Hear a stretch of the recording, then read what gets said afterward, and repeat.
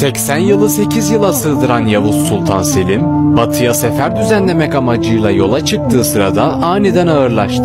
Sultan Selim, hayatının son demlerinde yanından ayırmadığı doktoru Hasan Can'a, hasta yatağında bulunduğu bir sırada, "Hasan, beni nasıl görürsün?"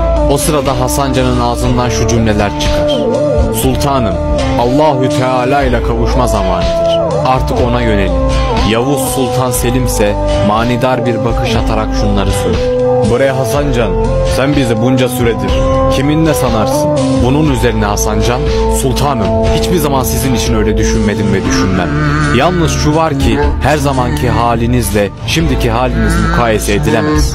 Ben bu bakımdan size hatırlatmak istedim." dediği sırada Yavuz gözlerini tavana diker ve ağzından şu son cümleler sarf edilir: "La ilahe illallah Muhammedun Resulullah."